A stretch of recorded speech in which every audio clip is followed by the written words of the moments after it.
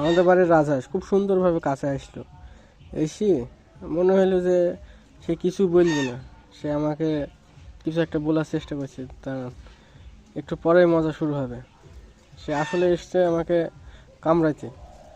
তার এখন একটা কামড়ানোর লোক দরকার। আমি বাইরে বসে আছি আর ও এসে আমাকে এই যে কামড়ানো শুরু করেছে। কি বলবো, মানে মানুষের বাড়িতে দুষ্ট পোলাপান থাকে আর আমার বাড়িতে দুষ্ট রাজহাঁস আছে।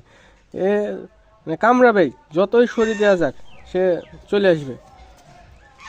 মানে হেভি একটা অবস্থা। ও ভালোই লাগছিল, তবে ওর দুইটা ঠোঁট খুবই শক্ত, অনেক লাগছিল। ও সে কামড়ে ধরেছে। এবার ওর যে আমি ঠোঁটটা একটু ধরে দিয়েছি, রেগে গেছে,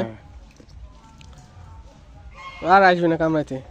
এবার ওই কী করবে, ওর অন্য সদস্যদের ডাকবে, কারণ ওকে আমি ধরেছি এই জন্য। এই যে দেখুন কামড়ে কী করে দিছে, অস্থির জিনিস।